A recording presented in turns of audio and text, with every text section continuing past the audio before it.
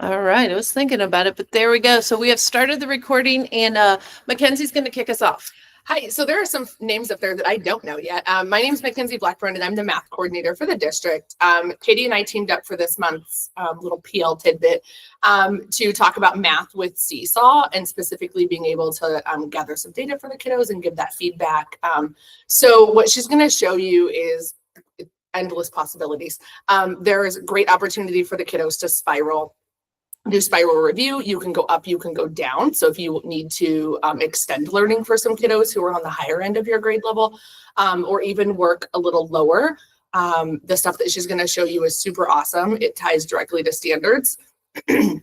And then it also gives them that opportunity to interact with the material and the skills with those technology enhanced questions, which they often will see on the iReady as they're taking that. And it just kind of ties back to math when you're looking at your groups on iReady and how you can break it down into those skills that those kiddos might need. So Katie's going to show you all the good stuff. Great. Thanks, Mackenzie. Awesome.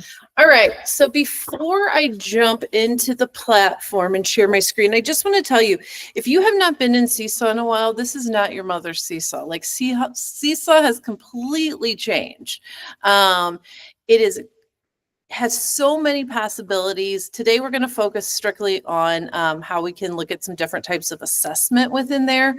But because there's so much new, know that there will be a future PL session on just what's new with SeeSaw. So I guarantee you, if you take 10 minutes and just have some sandbox time in SeeSaw, play around, click some buttons, that 10 minutes will be saved elsewhere. So it really is a very powerful tool. So I'm going to go ahead right now and share my screen. And we're going to jump into the platform. Okay. All right. If at any time you can't see what I'm showing, please just shout that out for me. All right. So the first thing I'm going to take you to is how we can find some assessments and activities that are aligned with the standards. So we know in our MOI, that first column is feedback, and under feedback, we have both formal and informal assessments. So how can SeeSaw support the work that we're doing with our MOI? From your homepage, you're going to click Explore Libraries. And then you will see right here, it says Browse by Standards and Curriculum. If you click there, you will then see this tab. Okay, so for this, we have to pick the Missouri standards because SeeSaw has already pre-tagged all of these. At a different point in the platform, you'll see we can actually go into our own customized Lindbergh standards. So you're going to pick Missouri. You are going to pick, for today's purpose, we're going to pick math. Second grade, you do not have to click anything here. And then everything in SeeSaw defaults to both English and Spanish. So once you click the correct drop downs, click search.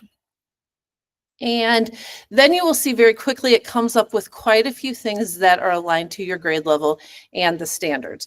So if we go into this first one, here's each standard, and then you can see how many things. So 17, 15, 14, how many things are related to this standard. If I click here, you will then see every activity, every game, every assessment that supports this standard. Why this is great is how many times when it gets to the end of a grading period, I know this happened to me several times, actually more than several times, where you look at your data and you see, wait a minute, I don't have enough data for this standard. So this would be one way that you could really help support that.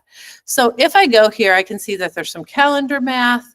I'm going to specifically click this math assessment since we're talking about feedback today.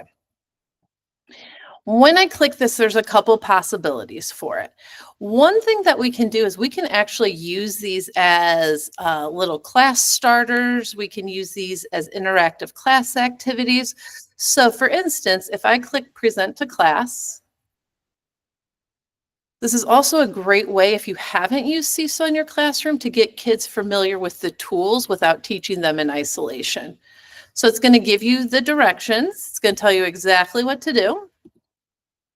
you will see that every activity has the directions in both English and in Spanish that they can click the button and have those read aloud to them. And then if you have a different language that you're supporting in your classroom and would need something else, you can just contact me directly and we'll look at some other options for that. Oops, sorry. You're probably like, what is she talking about? Let me click this tab and share this one with you. Okay, so this is actually what the activity looks like. You can see here, it's going to tell the kids, hey, we're looking for a text-based answer here, but we're also looking for a voice recording.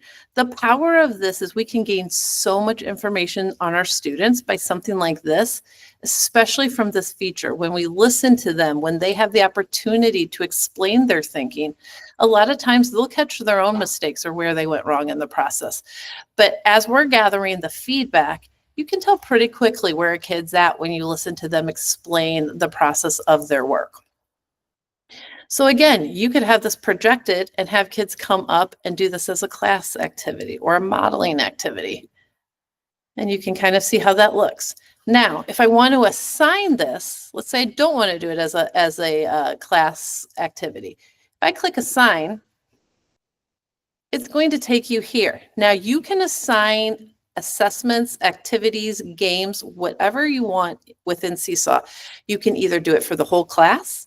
You can create subgroups that match your small groups that you're doing at your tables, or you can send it to an individual student who may need some supports. Also keep in mind that even though you're teaching second grade, you may have kids that aren't at a second grade level yet. All of the content is available through SeeSaw. So you're going to see all grade levels, not just your own. When I scroll here, I would fill out all this information, but this is where I want to show you something where it says organize. Right now, these are the Missouri standards that it links to. But if I really want to use this as an assessment piece for our priority standards within Lindbergh, I can click edit, go to all standards.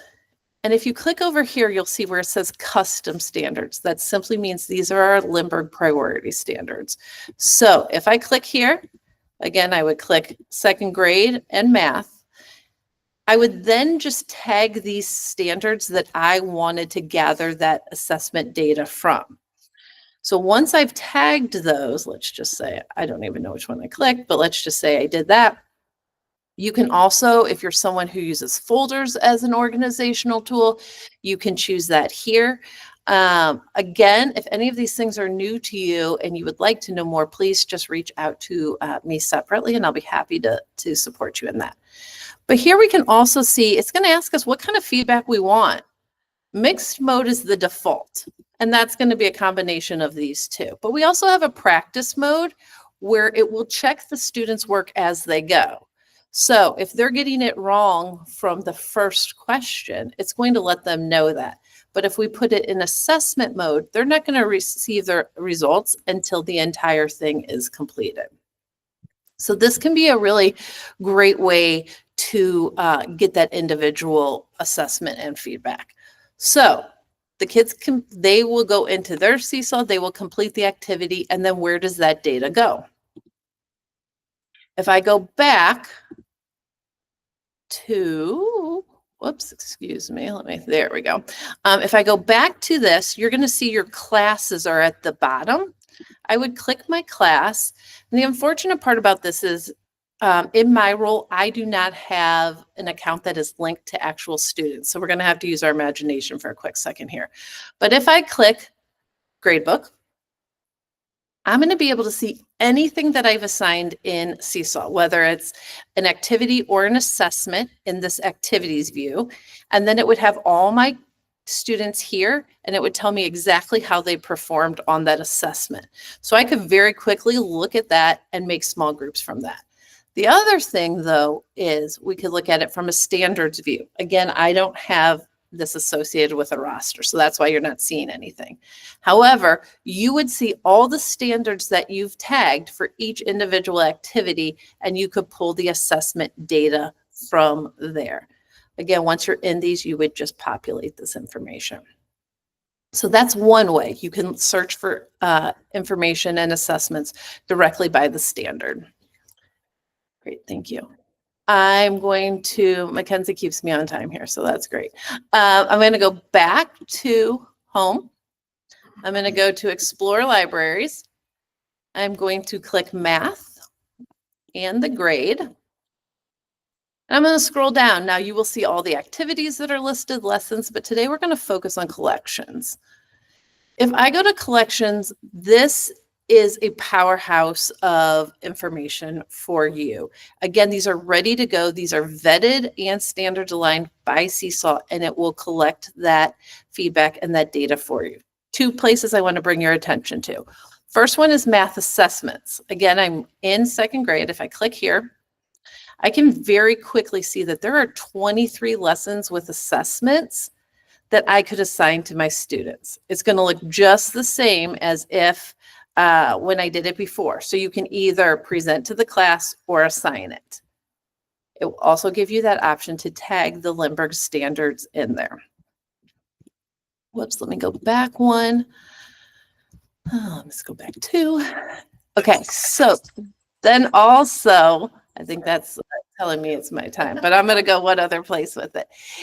You can see that there's all sorts of calendar math, instructional templates, but if I go to assessment inspiration, this is another really great one. These are the ones that a lot of times are our most needed review items. So these are great for the spiral. And again, very interactive, and it will pull that information. So you can see all the things that are listed. And you can also see that it's not just math, but today we're going to just focus on math. So the 2 places we went today are the aligned with standards and then the collections. So I'm going to stop sharing my screen. And I am going to turn off the recording, and then we'll have time for some questions. So let me just stop the recording.